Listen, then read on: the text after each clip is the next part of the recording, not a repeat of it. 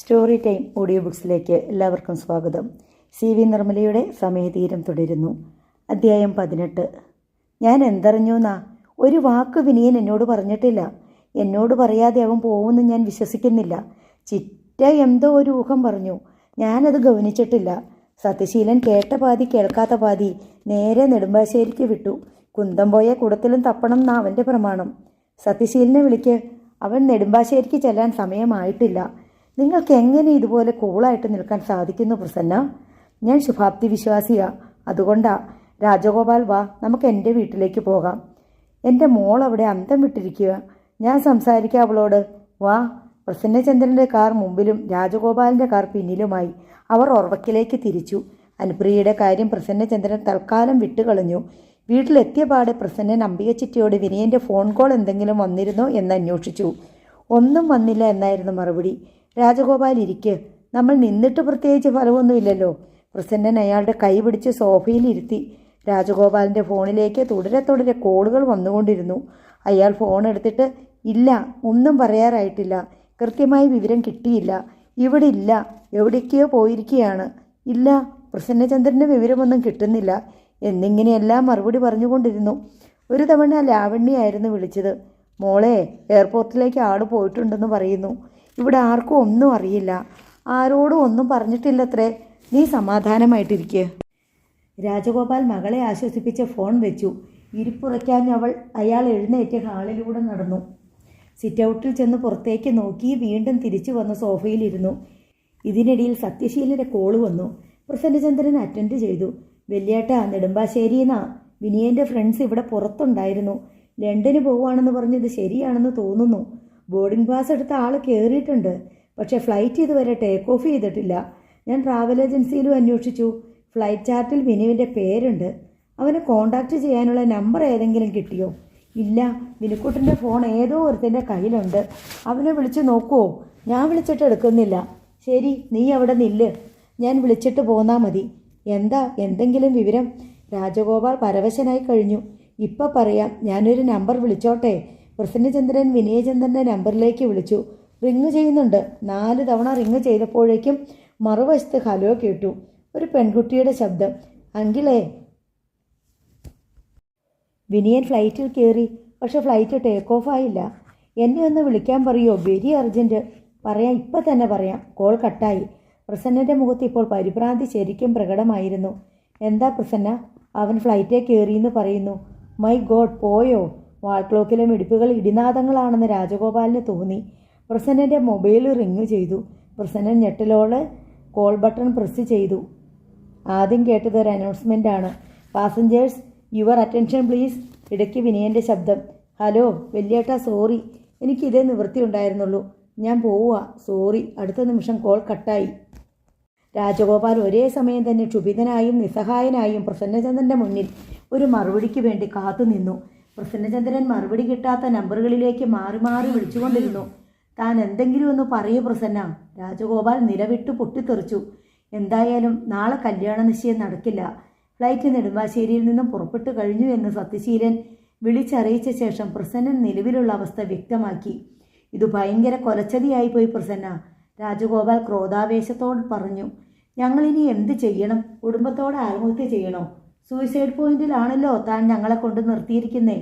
അവനിങ്ങനെ ചെയ്യുന്ന ഞാൻ സ്വപ്നത്തിൽ പോലും കരുതിയില്ലല്ലോ. എന്തായിരുന്നു അവൻ്റെ പ്രോബ്ലം?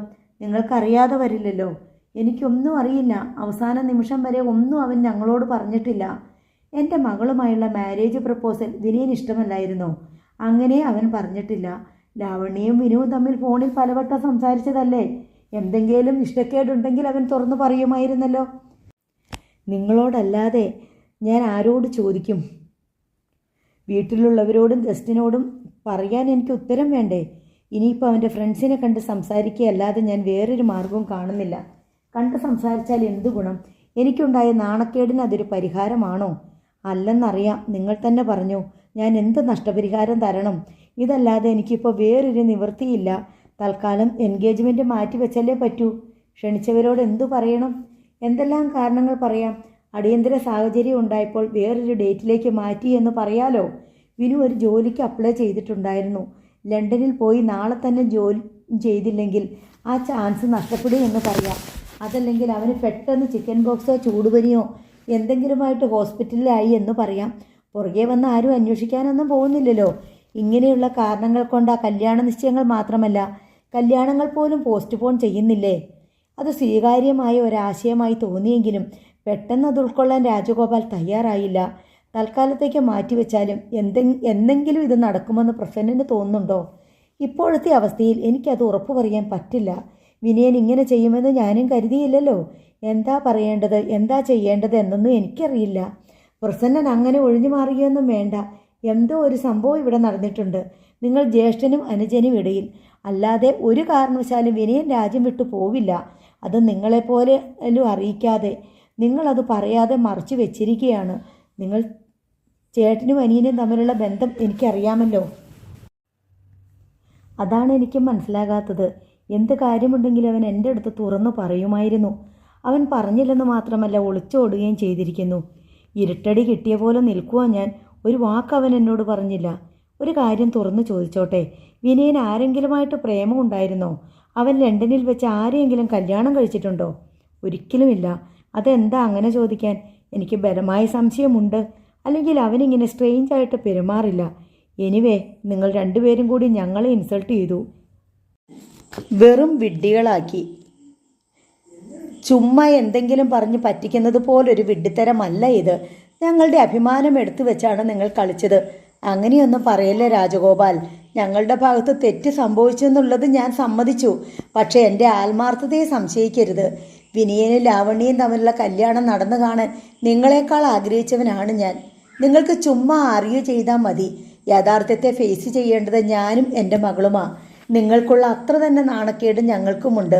ഞാനും ഒരുപാട് പേരെ ക്ഷണിച്ചിട്ടുണ്ട്. ഞാനാണ് ഈ പ്രപ്പോസൽ നാട്ടുകാർ മുഴുവൻ കേൾക്കെ മൈക്കിൽ കൂടി വിളംബരം ചെയ്തത്. ഇപ്പം തിരിഞ്ഞു നോക്കുമ്പോൾ ഒരു സത്യം എനിക്ക് കാണാൻ പറ്റുന്നുണ്ട് പ്രസന്ന. വിനയന് ലാവണ്യയോട് പ്രത്യേകിച്ച് ഒരു താല്പര്യവും ഉണ്ടായിരുന്നില്ല. അന്ന് നിങ്ങൾ അവർ തമ്മിലുള്ള വിവാഹകാര്യം അനൗൺസ് ചെയ്തപ്പോഴും അവൻ്റെ മുഖത്തൊരു സന്തോഷമോ ലാവണ്യയോട് പ്രത്യേകിച്ച് ഒരു അടുപ്പമോ ഞങ്ങൾ ആരും കണ്ടില്ല. ഓക്കെ, ഞാനിപ്പോൾ വീട്ടിലേക്ക് പോണു. അവിടെ കുറേ പേര് എന്നെ കാത്തിരിപ്പുണ്ട്. പ്രസന്നനോട് തീരെയും സൗമ്യതയില്ലാത്ത ഭാവത്തിലാണ് രാജഗോപാൽ കാറിൽ കയറി പോയത്. അയാൾ പോയിക്കഴിഞ്ഞപ്പോൾ അംബിക ചിറ്റ പ്രസന്നനെ സമീപിച്ച് ചോദിച്ചു, ഇനി എന്തു ചെയ്യും? എല്ലാം പൊളിഞ്ഞില്ലേ? അവൻ ലണ്ടനിലേക്ക് പോകുമെന്ന് ചിറ്റയുടെ അടുത്ത് പറഞ്ഞായിരുന്നോ? ഒരു സൂചന പോലും തന്നില്ല. അവനും അനുപ്രിയയും തമ്മിലുള്ള കല്യാണം നടക്കാതിരിക്കാൻ വേണ്ടി ഞാൻ കളിച്ച നാടകമാണ് എല്ലാം എന്ന് അവൻ അറിയായിരുന്നോ? അങ്ങനെ ഒരു സംശയം പോലും അവൻ പറഞ്ഞില്ലല്ലോ. ചിറ്റ അങ്ങനെ എന്തെങ്കിലും സൂചിപ്പിച്ചിരുന്നോന്നാ ഞാൻ ഉദ്ദേശിച്ചേ. ഞാൻ എങ്ങനെ പറയുമോ പ്രസന്ന? പക്ഷെ നീ ഒരിക്കലും അങ്ങനെയൊന്നും ചെയ്യരുതായിരുന്നു. ഇപ്പം നോക്ക്, എത്ര പേരാ ഈ ഒരൊറ്റ പ്രശ്നത്തിൽ ബുദ്ധിമുട്ട് അനുഭവിക്കേണ്ടി വരുന്നത്. മനസ്സിനും ശരീരത്തിനും സൽപ്പേരിനും അഭിമാനത്തിനും ഒക്കെ കോട്ടം സംഭവിച്ചില്ലേ? വേണ്ടിയിരുന്നോ ഇത്? അങ്ങനെ സംഭവിക്കുമെന്ന് ആരെങ്കിലും വിചാരിച്ചോ? എന്തായാലും സംഭവിച്ചു പോയി. ഇനി അതിൻ്റെ ബാക്കി നോക്കുക എന്ന് വെച്ചാൽ എന്താ നീ ഉദ്ദേശിക്കുന്നേ? മറ്റന്നാൾ നീയും അനുപ്രിയയും തമ്മിലുള്ള കല്യാണ നിശ്ചയം നടത്തുക തന്നെ ചെയ്യുമെന്നോ? വിനു പോയിക്കഴിഞ്ഞ സ്ഥിതിക്ക് ഇനി അതിൻ്റെ ആവശ്യമില്ലല്ലോ. നാളത്തെ കല്യാണ നിശ്ചയവും നടക്കില്ല, മറ്റന്നാളത്തെ നടക്കില്ല. ആളുകളോട് എന്ത് സമാധാനം പറയും? ചിറ്റ എന്നെ ഭ്രാന്ത് പിടിപ്പിക്കല്ലേ. ഇപ്പം തന്നെ ഞാൻ നിലതെറ്റി നിൽക്കുക. ആളുകളോട് പറയണ്ടേ, നാളെ വിനുക്കുട്ടിൻ്റെയും മറ്റന്നാൾ നിൻ്റെയും കല്യാണ നിശ്ചയം നേരത്തെ തീരുമാനിച്ചിരുന്ന മാതിരി നടക്കില്ലാന്ന്. നിന്റെ ഉടപ്പിറന്നവളോടെങ്കിലും പറയണ്ടേ? അല്ലെങ്കിൽ അവളും കുടുംബം ഇന്ന് രാത്രി തന്നെ ഫ്ലൈറ്റിൽ കയറില്ലേ? എല്ലാവരോടും പറയാൻ പറ്റിയ ന്യായമാണെന്ന് കരുതുന്ന ഒരു നുണയും കണ്ടുപിടിക്കണ്ടേ? വേണം. ചിറ്റയ്ക്ക് എന്തെങ്കിലും ഐഡിയ തോന്നുന്നുണ്ടോ? ആദ്യം എല്ലാവരെയും ഫോണിൽ വിളിച്ചു പറ. അതിനു പുറകെ മെസ്സേജ് അയക്ക്. ഇപ്പം മൊബൈലില്ലാത്ത ആരുമില്ലല്ലോ. അങ്ങനെ ഫോണിൽ വിളിച്ച് പറയുമ്പോൾ ഒരു കാരണം കൂടെ പറയണ്ടേ? നീ രാജഗോപാലിനോട് പറഞ്ഞു കൊടുത്ത അതേ കാരണം തന്നെ പറ. വിനുക്കുട്ടിനെ ഓർക്കാപ്പുറത്ത് ചിക്കൻ ബോക്സ് പിടിച്ചെന്നും എൻഗേജ്മെൻറ്റ് മാറ്റി വെച്ചുവെന്നും. എൻ്റെ കല്യാണ നിശ്ചയത്തിൻ്റെ കാര്യമോ? അതെന്തായാലും നടത്താതെ പറ്റില്ലല്ലോ. ഇനി അതിൻ്റെ ആവശ്യമില്ല ചിറ്റേ. നടത്താതെ എന്ത് ചെയ്യും? ആ പെണ്ണിൻ്റെ വീട്ടുകാരോട് സമാധാനം പറയണ്ടേ? എന്ത് സമാധാനം പറയാൻ? ഞാൻ അവരെ അവിടുന്ന് ഇറക്കി വിടാൻ പോകുക. എവിടെങ്കിലും പോയി തൊലയട്ടെ. പ്രസന്ന, നിന്റെ വളഞ്ഞ ബുദ്ധിയാ കാര്യങ്ങളെല്ലാം ഇത്രയും വഷളാക്കിയത്. വിനുക്കുട്ടൻ ആ പെണ്ണിനെ കല്യാണം കഴിച്ചോട്ടെ എന്ന് വിചാരിച്ചിരുന്നെങ്കിൽ വല്ല കുഴപ്പം ഉണ്ടാകുമായിരുന്നോ? ഇപ്പം രാജഗോപാലുമായിട്ട് തെറ്റേണ്ടി വന്നില്ലേ? അയാൾക്കും വലിയ നാണക്കേട് ഉണ്ടാക്കി വെച്ചു. ഇനി നമുക്കുണ്ടാകാൻ പോകുന്ന നാണക്കേട് എത്രയാണെന്ന് ആർക്കറിയാം? ഇപ്പം ഞാൻ എന്ത് ചെയ്യണമെന്നാ ചിറ്റ പറയുന്നേ? ആ പെണ്ണിനോടും വീട്ടുകാരോടും സത്യാവസ്ഥ മുഴുവൻ പറയുക. രാജഗോപാലിൻ്റെ അടുത്ത് മാപ്പ് പറഞ്ഞ് അവരോടും സത്യം വെളിപ്പെടുത്തുക. വിനയനെ തിരികെ വരുത്തി അവനും അനുപ്രിയയും തമ്മിലുള്ള കല്യാണം നടത്തി കൊടുക്കുക. ചിറ്റ, അടുത്ത ജന്മത്തിലെ കാര്യങ്ങളാണോ പറയുന്നേ? ഈ ജന്മത്തിൽ ഇതൊന്നും നടക്കില്ല. ഏതായാലും എൻ്റെ പ്ലാനെല്ലാം പൊളിഞ്ഞു. ഇനി അതിൻ്റെ ബാക്കിയും കൂടി പൊളിക്കാൻ തന്നെ ഞാൻ തീരുമാനിച്ചു. അനുപ്രിയുമായുള്ള കല്യാണ നിശ്ചയവും ഞാൻ നടത്തുന്നില്ല. അവളും അവളുടെ വീട്ടുകാരും ഇനി ആ വീട്ടിൽ താമസിക്കാൻ ഞാൻ സമ്മതിക്കില്ല. ഇന്ന് രാത്രി തന്നെ എല്ലാറ്റിനെയും ഞാൻ അവിടുന്ന് ഒഴിപ്പിക്കും. നീ ഇറക്കി വിട്ട അവരെങ്ങോട്ട് പോകും പ്രസന്ന? എവിടെങ്കിലും പോയി തൊലയട്ടെ പ്രസന്ന. നിനക്കത് ഒടുക്കം ദോഷമായിട്ട് വരും. പഴയ കാലമല്ല. പ്രസന്നചന്ദ്രൻ അത് കേൾക്കാൻ നിൽക്കാതെ അപ്പോൾ തന്നെ വീട് വിട്ടിറങ്ങി കാറും എടുത്ത് കുമാരനല്ലൂരിലേക്ക് ഓടിച്ചുപോയി. ഡ്രൈവ് ചെയ്യുന്നതിനിടയിൽ അയാൾ സത്യശീലനെ വിളിച്ചു. സത്യശീലൻ നെടുമ്പാശ്ശേരിയിൽ നിന്ന് തിരിച്ചു വന്നുകൊണ്ടിരിക്കുന്നതേയുള്ളൂ. സത്യ, രാജഗോപാൽ ഏറെക്കുറെ പിണങ്ങിയാ പോയത്. ആ ബന്ധം പോയി. അത് പോട്ടെ വല്യേട്ടാ. പക്ഷെ നല്ല ബന്ധമായിരുന്നു. ഇനി അത് ചിന്തിച്ചിട്ട് കാര്യമില്ലല്ലോ. ആ ബന്ധത്തിന് വേണ്ടിയാ നമ്മൾ ഇത്രയെല്ലാം ചെയ്തു വെച്ചത്. ഇനി അനുപ്രിയയുടെ കാര്യത്തിൽ എന്ത് ചെയ്യണം? വിനുക്കുട്ടൻ നാട് വിട്ടുപോയതൊന്നും അവരെ അറിയിക്കണ്ട. ഞാനും അനുപ്രിയയും തമ്മിലുള്ള നിശ്ചയം ഇനി നടത്തണോ? അതും വേണ്ട. മറ്റന്നാൾ നിശ്ചയം നടക്കുമെന്ന് തന്നെ പറയണം. പക്ഷെ വീട് അടച്ചിടണ്ട. സെക്യൂരിറ്റിക്കാരും വേണ്ട. അനുപ്രിയയ്ക്ക് വേണമെങ്കിൽ അവിടുന്ന് രക്ഷപ്പെടാനുള്ള അവസരം ഒരുക്കി കൊടുത്താൽ മതി. വിനുക്കുട്ടൻ്റെ ഫ്രണ്ട്സ് ആരെങ്കിലും അവളെ സഹായിക്കാൻ മുതിർത്തും കൂടായികയില്ല. അവളങ്ങനെ അവരോടൊപ്പം രക്ഷപ്പെട്ടു പോയാൽ പിന്നെ നമുക്കൊന്നും പേടിക്കാനില്ല. രാത്രി വല്ലവൻ്റെയും കൂടെ വീട് വിട്ട് ഇറങ്ങിപ്പോയാൽ പെണ്ണുമായുള്ള വിവാഹ നിശ്ചയം നമ്മൾ വേണ്ടെന്ന് വെക്കുന്നത് ന്യായം. അങ്ങനെ പോയ ഒരു പെണ്ണിൻ്റെ തള്ളയെയും കൂടപ്പിറപ്പുകളെയും ആ വീട്ടിൽ താമസിപ്പിക്കേണ്ട യാതൊരു ബാധ്യതയും നമുക്കില്ല. അവരെയും നമുക്ക് കൂളായിട്ട് ഒഴിപ്പിക്കാം. അത് കൊള്ളാം. പക്ഷെ ഇന്ന് രാത്രി തന്നെ അവളെ സഹായിക്കാൻ ആര് വരും? അവൾ എങ്ങനെ അവരെ വിവരം അറിയിക്കും? വിനുക്കുട്ടൻ അവളെ കാണാൻ ചെന്നപ്പോൾ എന്തായാലും ഒരു മൊബൈൽ ഫോൺ അവൾക്ക് കൊടുത്തിട്ടുണ്ടായിരിക്കുമെന്ന് ഉറപ്പല്ലേ? അത് കയ്യിലുള്ളത് കൊണ്ടായിരിക്കുമല്ലോ അവൾ വാതിലടിച്ച് കുറ്റിയിട്ട് അകത്ത് തന്നെ ഇരിക്കുന്നത്. ഓ, അങ്ങനെയും ഒരു സാധ്യതയുണ്ടല്ലേ? ഏതായാലും വല്യേട്ടൻ അവിടെ നിന്ന് ചെല്ല്. നാളെ വിനുക്കുട്ടൻ്റെ നിശ്ചയത്തിന് പോകാൻ റെഡി ആയിരിക്കണമെന്ന് പറ. നമുക്ക് വേറെ കുഴപ്പമൊന്നും ഉണ്ടാകാൻ സാധ്യതയില്ലല്ലോ. ആകെ കൂടി ഉണ്ടായ കുഴപ്പം വിനുക്കുട്ടിന് വേണ്ടി നമ്മൾ ആലോചിച്ച കല്യാണം നടക്കില്ലെന്നത് മാത്രമാണ്. അത് സാരമില്ല. ചിലപ്പോൾ അതിനേക്കാൾ കിടിലം ബന്ധം ഭാവിയിൽ നമുക്ക് കിട്ടിയെന്നിരിക്കും. ഒരു ചെറിയ ലാഭം ഇല്ലെന്നും പറഞ്ഞുകൂടാ. അനുപ്രിയെ വിനുക്കുട്ടിൽ നിന്ന് അകറ്റാനും ആ ബന്ധം പൊളിക്കാനും സാധിച്ചല്ലോ. സത്യശീലനോട് സംസാരിച്ചു കഴിഞ്ഞപ്പോൾ പ്രസന്നന് കാര്യങ്ങളെല്ലാം വളരെ ലളിതമായി തോന്നി. മനസ്സിൻ്റെ ഭാരം കുറഞ്ഞു. അയാൾ കുമാരനല്ലൂരെ വീട്ടിലെത്തി. സ്റ്റെയർ കേസ് കയറി മുകളിലെത്തിയപ്പോൾ വിലാസിനി അയാളുടെ മുന്നിലേക്ക് ഓടിക്കിതച്ചു വന്നു. ആ വാതിലൊന്ന് തുറപ്പിക്കണേ മുതലാളി. ആ മുറിയിൽ നിന്ന് ഇപ്പം അനക്കും ഒന്നും കേൾക്കാനില്ല. അവൾ എന്തെങ്കിലും കടുങ്കൈ ചെയ്തിട്ടുണ്ടോന്നാ എൻ്റെ പേടി. പ്രസന്നനൊരു നടുക്കം തോന്നി. ഒരു ഘട്ടത്തിൽ താൻ അവളുടെ ആത്മഹത്യ ആഗ്രഹിക്കുകയും പ്രതീക്ഷിക്കുകയും ചെയ്തിരുന്നു. പൂർണിമയും അനീഷും വാതിലിന് മുന്നിൽ വിരണ്ടു നിൽക്കുകയാണ്. പ്രസന്നൻ ചെന്ന് മുട്ടി വിളിച്ചെങ്കിലും അകത്തുനിന്നും പ്രതികരണം ഒന്നും ഉണ്ടായില്ല. അയാൾ ഇടിച്ചും തൊഴിച്ചും കുറേ ബഹളം വെച്ചു. ഞങ്ങൾ എത്ര നേരം കൊണ്ട് തട്ടിയും മുട്ടിയും വിളിക്കുക? അകത്ത് ആളുണ്ടോന്നാ ഇപ്പോൾ സംശയം. അതിന് വേറെ വാതിലൊന്നും ഇല്ലല്ലോ, വിലാസിനി വേവലാതിയോടെ പറഞ്ഞുകൊണ്ടിരുന്നു. പ്രസന്നൻ തൻ്റെ സെക്യൂരിറ്റിക്കാരെ വിളിച്ചു വീടിൻ്റെ പിന്നാമ്പുറത്തേക്ക് ഒരു ഗോവണി എടുപ്പിച്ചുകൊണ്ട് വന്നു. അതിലൂടെ ഒരാൾ മുകളിലേക്ക് കയറി ജനാല വഴി അകത്തേക്ക് നോക്കാൻ നിർദ്ദേശിച്ചു. മുതലാളി, ജനലെല്ലാം അടച്ച് കർട്ടൻ ഇട്ടിരിക്കുക. സെക്യൂരിറ്റിക്കാരൻ ടെറസിലേക്ക് വിളിച്ചു പറഞ്ഞു. മുറിയിൽ ഇരുട്ടാ. ഏതെങ്കിലും പാളി തുറക്കാമോന്ന് നോക്ക്. ടെറസിൽ ഇറങ്ങി നിന്ന് എത്തി നോക്കിക്കൊണ്ട് പ്രസന്നൻ ചോദിച്ചു. സെക്യൂരിറ്റിക്കാരൻ കിണഞ്ഞു ശ്രമിച്ചിട്ടും തുറക്കാൻ കഴിയുന്നില്ല. ഒരു ജനൽപ്പാളിയുടെ ചില്ല അടിച്ചു പൊട്ടിക്കടോ, പ്രസന്നൻ പറഞ്ഞു. സെക്യൂരിറ്റിക്കാരൻ ടോർച്ച് തിരിച്ചു പിടിച്ച് ജനാലച്ചില്ല അടിച്ചു പൊട്ടിച്ചു. അതിൻ്റെ പൊട്ടിയ കഷ്ണങ്ങളിൽ ചിലത് മുറിക്കുള്ളിലേക്കും ബാക്കി താഴെ സൺഷെയ്ഡിലേക്കും വീണ് ചിതറി. ഇടത് കൈകൊണ്ട് ജനാലവിരി വകഞ്ഞു പിടിച്ച് വലത് കൈകൊണ്ട് അയാൾ മുറിക്കുള്ളിലേക്ക് ടോർച്ചടിച്ചു. എതിർവശത്തെ ഭിത്തിയിൽ പതിഞ്ഞ പ്രകാശവൃത്തം ഒരു വശത്തേക്ക് മെല്ലെ നീങ്ങുന്നതിനിടയിൽ നടുക്കം കൊണ്ട് അയാളുടെ കയ്യിൽ നിന്ന് ടോർച്ച് മുറിയിലേക്ക് വീണുപോയി. എന്താടാ അവിടെ? ടോർച്ച് താഴെ വീണോ? പ്രസന്നൻ വിളിച്ചു ചോദിച്ചു. മുതലാളി, ഒരാൾ മുറിയിൽ തൂങ്ങി നിൽക്കുന്നു, സെക്യൂരിറ്റിക്കാരൻ ഭയവിഹ്വലനായി വിളിച്ചു പറഞ്ഞു. സത്യശീലൻ എത്തിച്ചേരാൻ വേണ്ടി കാത്തു നിൽക്കുകയായിരുന്നു പ്രസന്നചന്ദ്രൻ. കാറിൻ്റെ ഹെഡ്ലൈറ്റുകളിലെ വെളിച്ചം അയാളുടെ കണ്ണഞ്ചിപ്പിച്ചുകൊണ്ട് മുറ്റത്തേക്ക് പാഞ്ഞെത്തി.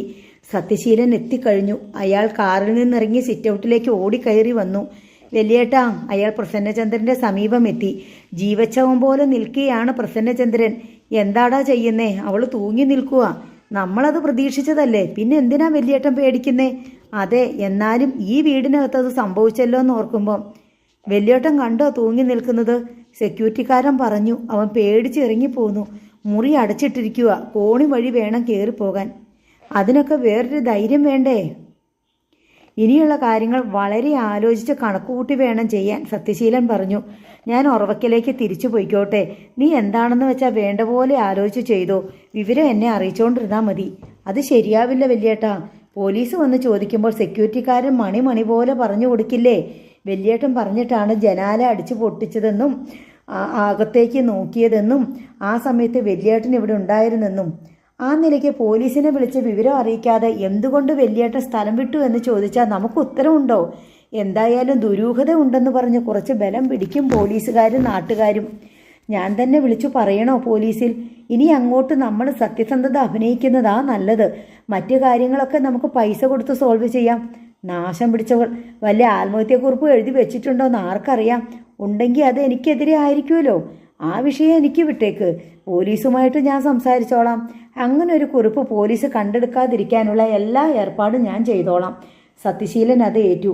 ആ തള്ളയും 2 മക്കളും മുകളിലിരുന്ന് നിലവിളിക്കുന്നുണ്ട്. അവർ എന്ത് ചെയ്യണം സത്യ?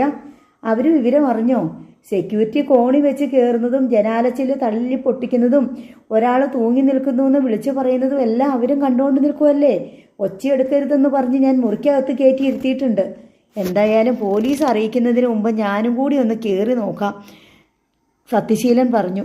പ്രസന്നചന്ദ്രൻ അയാളെ വീടിൻ്റെ പിൻഭാഗത്തേക്ക് കൂട്ടിക്കൊണ്ടുപോയി. ഗോവണി ചാരി വെച്ചിരുന്ന ഭാഗത്ത് വെളിച്ചമുണ്ടായിരുന്നു. സത്യശീലൻ ഗോവണിയിൽ കൂടി മുകളിലേക്ക് കയറിപ്പോയി. ടോർച്ചില്ലാതെ എങ്ങനെയാ സത്യ? പ്രസന്നൻ താഴെ നിന്ന് ചോദിച്ചു. എൻ്റെ മൊബൈലിൻ്റെ ലൈറ്റ് മതി, അതിലൊരു എമർജൻസി ടോർച്ചുണ്ട്. പ്രസന്നൻ താഴെ കാത്തു നിന്നു. സത്യശീലൻ മുകളിൽ നിന്ന് ജനാലയിലൂടെ മൊബൈലിലെ ടോർച്ച് തെളിച്ചു. നോക്കുന്നത് താഴെ നിന്നാൽ കാണാമായിരുന്നു. അല്പം കഴിഞ്ഞ് സത്യശീലൻ താഴെ ഇറങ്ങി വന്നു. പുറംതിരിഞ്ഞാ തൂങ്ങി നിൽക്കുന്നേ. അത് കാരണം മുഖം കാണാൻ വയ്യ. മുടി അഴിഞ്ഞു കിടക്കുന്നത് കാരണം കഴുത്തുപോലും കാണാനില്ല. തൂങ്ങി നിൽക്കുവല്ലേ സത്യ? നിൽക്കുന്നത് തൂങ്ങി തന്നെയാ. കഴുത്ത് ഒരു വശത്തേക്ക് ഒടിഞ്ഞ മാതിരിയാ. ഒരു നീണ്ട കമ്പിയോ പൈപ്പോ എന്തെങ്കിലും കിട്ടിയിരുന്നെങ്കിൽ ജനലിക്കൂടെ കുത്തി നോക്കാമായിരുന്നു. അതെന്തിനാ? കാലെവിടെങ്കിലും തൊട്ടിട്ടുണ്ടോയെന്ന് അറിയണ്ടേ? തൊട്ടിട്ടില്ലെങ്കിൽ കുത്തി നോക്കുമ്പോൾ ബോഡി പതുക്കെ ആടും. അതിൻ്റെയൊക്കെ ആവശ്യമുണ്ടോ? 1.5 പൊക്കത്തിലല്ലേ തൂങ്ങി നിൽക്കുന്നേ? അത് ശരിയാ. കാൽമുട്ടിന് കീഴ്പോട്ട് കാണാൻ പറ്റുന്നില്ല. കമ്പ്യൂട്ടർ ടേബിളിൻ്റെ മറവിലാ കാലിൻ്റെ ഭാഗം. എന്നാലും ഒരാൾ തൂങ്ങി നിൽക്കുന്നത് കണ്ട അറിഞ്ഞുകൂടെ? സംശയിക്കേണ്ട കാര്യമൊന്നുമില്ല. 99% സംഗതി ശരി തന്നെയാ. പോലീസിനെ നീ വിളിക്കുന്നോ അതോ ഞാൻ വിളിക്കണോ? ഞാനിപ്പോൾ ആർപ്പൂക്കര സ്റ്റേഷനിലേക്ക് വണ്ടി എടുത്ത് ചെല്ലാം. ഞാൻ അവിടെ ചെന്നിട്ടൊരു മിസ് കോൾ വിടാം. അപ്പം തന്നെ വലിയേട്ടൻ SIയെ വിളിച്ച് കാര്യം പറയണം. അപ്പോഴേക്കും ഞാൻ SIയുടെ മുറിയിൽ ചെന്ന് കണ്ട് ബാക്കി കാര്യങ്ങൾ സംസാരിക്കാം. എന്നാൽ നീ ഉടനെ പുറപ്പെട്ടോ. സത്യശീലൻ പോകാൻ തുനിഞ്ഞപ്പോൾ സെക്യൂരിറ്റിക്കാരൻ അയാളോടൊപ്പം പോകാൻ തിടുക്കം കൂട്ടി. ഇനി ഞങ്ങളിവിടെ നിൽക്കേണ്ട കാര്യമുണ്ടോ സാറേ? പോലീസൊക്കെ വന്നാൽ ഞങ്ങളെ ഇട്ട് വരട്ടും.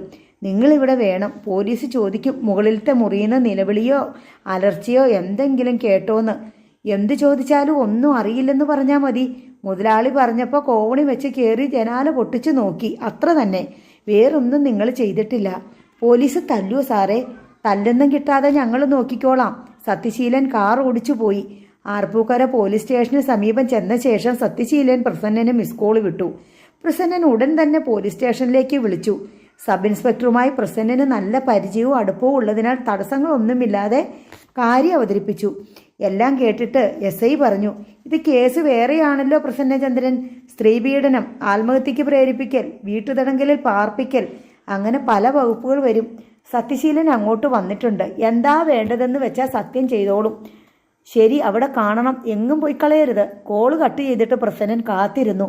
ഈ വീടിൻ്റെ മുകളിലത്തെ മുറിയിൽ ഒരു പെണ്ണിൻ്റെ ജഡം തൂങ്ങിക്കിടപ്പുണ്ടെന്ന ഓർമ്മ ഇടയ്ക്കിടെ ഒരു ഉൾക്കിടലമുണ്ടാക്കിക്കൊണ്ടിരുന്നു.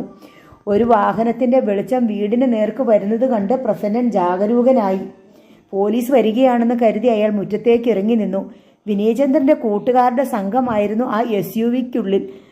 ടോമിനും ബോബിയും ജിജോയും ഡെയ്സിനും അടക്കം 6 പേർ കാറിൽ നിന്നിറങ്ങി. വലിയേട്ടൻ എന്താ ഇവിടെ? ബോബി ചോദിച്ചു. ഞങ്ങൾ വിനുക്കുട്ടനെ യാത്ര അയച്ചിട്ട് വരുവാ. എൻ്റെ വീടാണല്ലോ ഇത്. നിങ്ങളെന്താ ഇവിടെ? ഇവിടെ എന്തോ ആത്മഹത്യയോ കൊലപാതകവും ഒക്കെ നടന്നിട്ടുണ്ടെന്ന് കേട്ടു. ശരിയാണോ? ജിജോ ചോദിച്ചു. പ്രസന്നൻ്റെ നെഞ്ചിലൂടെ ഒരു കൊള്ളിയാൻ പാഞ്ഞു പോയി. ആര് പറഞ്ഞു? പത്രത്തിൽ നിന്ന് ആരോ വിളിച്ചു പറഞ്ഞതാ. ജെയ്സൺ വെളിപ്പെടുത്തി. ഏതു പത്രം? അവരെങ്ങനെ അറിഞ്ഞു? പ്രസന്നൻ അന്താളിച്ചു. സംഗതി സത്യമാണോ? അപ്പോഴേക്കും വീണ്ടും വാഹനത്തിൻ്റെ ഹെഡ്ലൈറ്റുകൾ റബ്ബർ തോട്ടത്തിൽ പ്രകാശിച്ചു. ഒന്നിനു പുറകെ നിരനിരയായി 5-6 വാഹനങ്ങൾ ഉണ്ടെന്ന് പ്രസന്നം കണ്ടു. സ്ഥലത്തെ പ്രധാന ദിനപത്രത്തിൻ്റെ ഒരു വാഹനം പ്രസ് ബോർഡും വെച്ച് അക്കൂട്ടത്തിലുണ്ടായിരുന്നു. പിന്നെയും വാഹനങ്ങൾ വന്നുകൊണ്ടിരുന്നു. ബൈക്കിലും ഓട്ടോറിക്ഷയിലും കുറേ പേർ എത്തിച്ചേർന്നു. കാര്യങ്ങൾ കൈവിട്ടു പോവുകയാണെന്ന് പ്രസന്നന് മനസ്സിലായി. അയാൾ കീച്ചെയിൻ കയ്യിലെടുത്ത് കാറിനടുത്തെത്തി. അപ്പോഴേക്കും ഒരു ജീപ്പ് വന്ന് ഗേറ്റ് അടഞ്ഞ് നിലയുറപ്പിച്ചു. ജീപ്പ് മാറ്റിയിടാൻ പ്രസന്നൻ അതിൻ്റെ ഡ്രൈവറോട് നിർദ്ദേശിച്ചുവെങ്കിലും ഫലമുണ്ടായില്ല. അരമണിക്കൂറിനുള്ളിൽ പോലീസ് ജീപ്പും സത്യശീലൻ്റെ കാറും എത്തിച്ചേർന്നു. പോലീസ് ജീപ്പ് വന്നപ്പോൾ ഗേറ്റിൽ കിടന്ന ജീപ്പ് മുറ്റത്തേക്ക് മാറ്റിയിട്ടു. ആൾക്കൂട്ടം കണ്ടതോടെ സത്യശീലന് മനസ്സിലായി ഇനി കൃത്രിമങ്ങളൊന്നും നടക്കില്ലെന്ന്. അനുപ്രിയയുടെ വീടിൻ്റെ അയൽപക്കത്തുള്ള ചിലരെ സത്യശീലൻ തിരിച്ചറിഞ്ഞു. പോലീസ് പ്രസന്നചന്ദ്രനെ വിളിച്ചു മാറ്റി നിർത്തി സംസാരിച്ചു. പത്രക്കാരും രാഷ്ട്രീയക്കാരും നാട്ടുകാരും കൂട്ടുകാരും ഒക്കെയുണ്ട്. അതിനാൽ യാതൊരു ഫേവറും ചെയ്യാൻ നിവൃത്തിയില്ല. 10 ലോഡ് പാറയോ മണലോ മണ്ണോ പെർമിറ്റില്ലാതെ കടത്തിവിടുന്ന പോലെയല്ല ഇത്. എന്തായാലും സൂയിസൈഡല്ലേ? എനിക്കതിൽ യാതൊരു പങ്കുമില്ല. ഞാനിവിടെ വരുമ്പോൾ എല്ലാം കഴിഞ്ഞു. അതാ പെണ്ണിൻ്റെ അമ്മയ്ക്കും കൂടപ്പിറപ്പുകൾക്കും അറിയാം. എന്തായാലും നിങ്ങളുടെ ജോലി നടക്കട്ടെ. പോലീസ് സംഘം 2ാം നിലയിലേക്ക് നീങ്ങിയപ്പോൾ സത്യശീലൻ SIയോടൊപ്പം തൊട്ടുരുമി നീങ്ങി. സാറേ, കുറിപ്പ് വല്ലതും ഉണ്ടെങ്കിൽ ആരും കാണാതെ പോക്കറ്റിലാക്കാൻ മറക്കല്ലേ, സത്യശീലൻ മന്ത്രിച്ചു. അനുപ്രിയയുടെ അടിച്ചിട്ട മുറിക്ക് മുന്നിലെത്തിയപ്പോൾ പോലീസ് ആൾക്കൂട്ടത്തെ പിന്നോട്ട് തള്ളി മാറ്റി അകറ്റി നിർത്തി. വാതിലിടിച്ചു പൊളിക്കാനേ പറ്റൂ. അതിന് വിരോധമൊന്നുമില്ലല്ലോ. SI പ്രസന്നചന്ദ്രനോട് അനുവാദം ചോദിച്ചു. അതിനല്ലേ നിവൃത്തിയുള്ളൂ. വീടിൻ്റെ പിന്നിൽ ഗ്യാരേജിനോട് ചേർന്നുള്ള പണിപ്പുരയിൽ നിന്ന് പിക്കാസ് എടുത്തുകൊണ്ട് വന്ന് വാതിൽ പൊളിക്കാൻ പ്രസന്നൻ തൻ്റെ ആളുകൾക്ക് നിർദ്ദേശം നൽകി.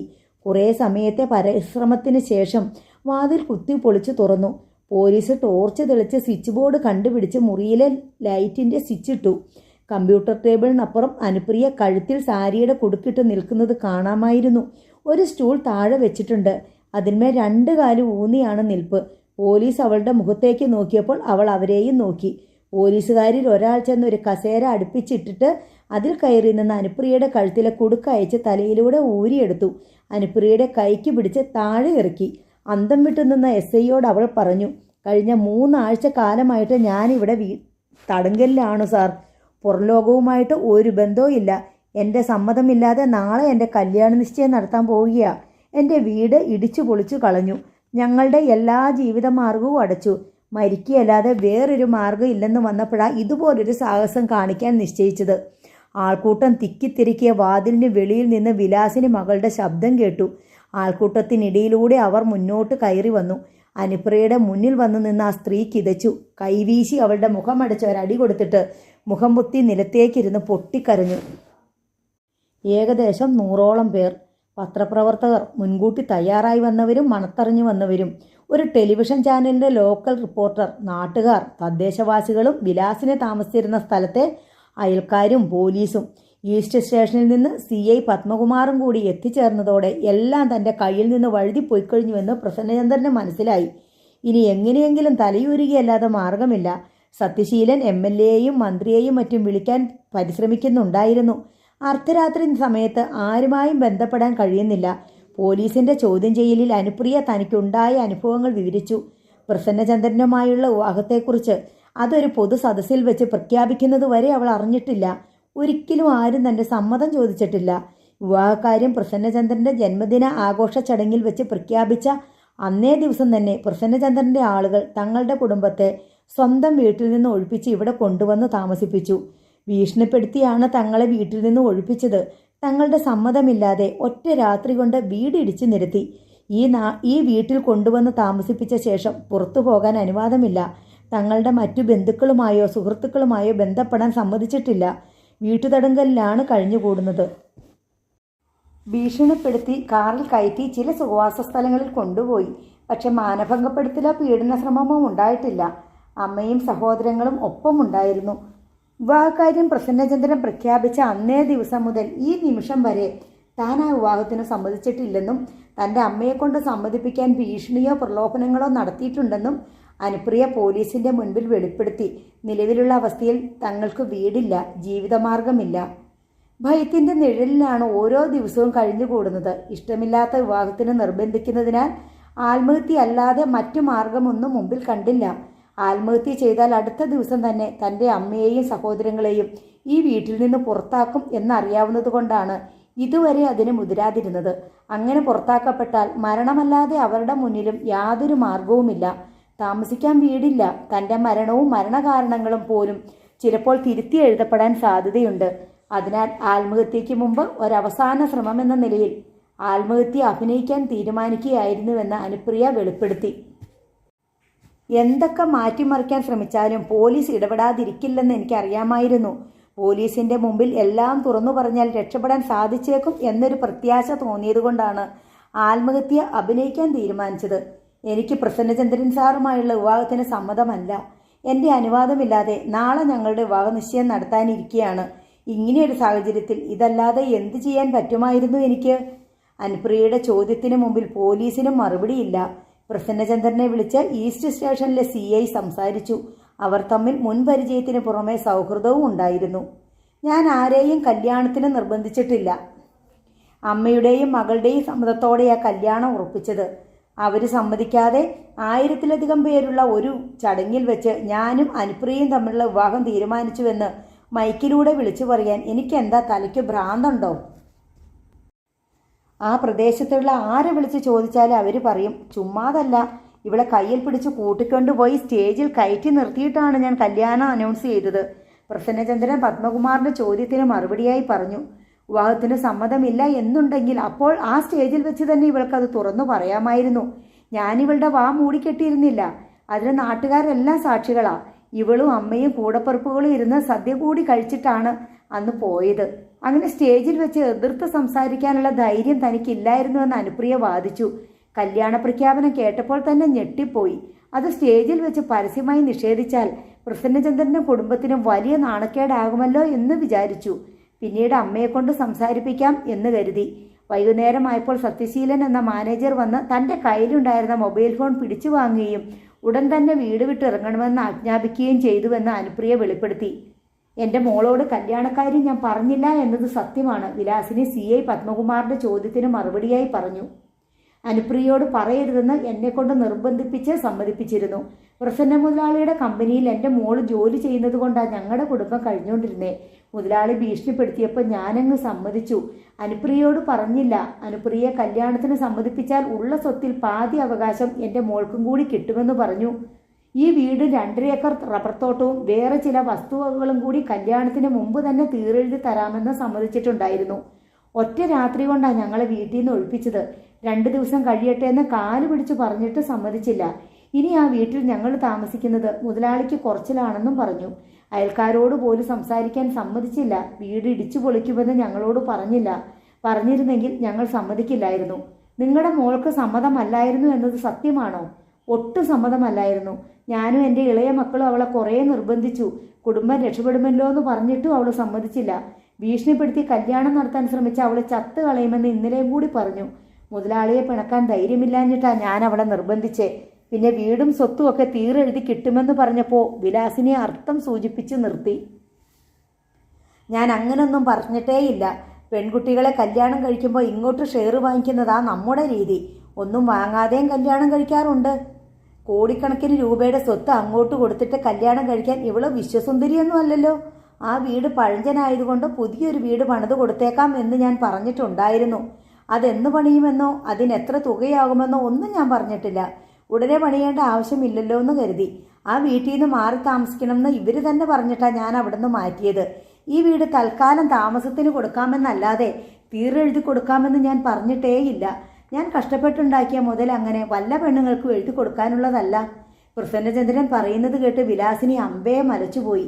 എന്നു മാത്രമല്ല, ഇങ്ങനെ ആത്മഹത്യാവാസനയുള്ള ഒരു പെണ്ണിനെ കല്യാണം കഴിക്കാനോ ഈ വീട്ടിൽ തുടർന്ന് താമസിപ്പിക്കാനോ ഞാൻ തയ്യാറല്ല. ഇത്രയൊക്കെ സംഭവിച്ച സ്ഥിതിക്ക് ഇവർ ഇന്ന് രാത്രി തന്നെ ഈ വീട്ടിൽ നിന്ന് ഒഴിഞ്ഞു പോകണം. പ്രസന്നചന്ദ്രൻ കൂട്ടിച്ചേർത്തു. ചുരുക്കി പറഞ്ഞ നിങ്ങൾ 2 കൂട്ടരും ഒരു നാടകം കളിച്ചിട്ട് പോലീസിനെ കോമാളി വേഷം കെട്ടിക്കുകയായിരുന്നു അല്ലേ? CI പത്മകുമാർ കപടദേഷ്യത്തിൽ ആരോടൊന്നില്ലാതെ ചോദിച്ചു.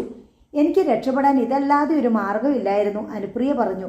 ഞാൻ ആഹാരം കഴിച്ചിട്ട് 2 ദിവസമായി. ആഹാരം കഴിക്കാത്ത നീയാണോ സ്റ്റോളിൽ കയറി കഴുത്തിൽ കുടുക്കിട്ട് മണിക്കൂറുകളോളം ഒരേ നിൽപ്പ് നിന്നത്? CI അനുപ്രിയയുടെ നേർക്ക് തട്ടിക്കയറി. എനിക്കങ്ങനെ അരമണിക്കൂർ പോലും നിൽക്കാൻ വയ്യ. ഗോവണിയിൽ കൂടി 2 തവണ ആൾ കയറി വരുന്നുണ്ടെന്ന് കണ്ടപ്പോഴാണ് ഞാനങ്ങനെ സ്റ്റോളിൽ കയറി നിന്നത്.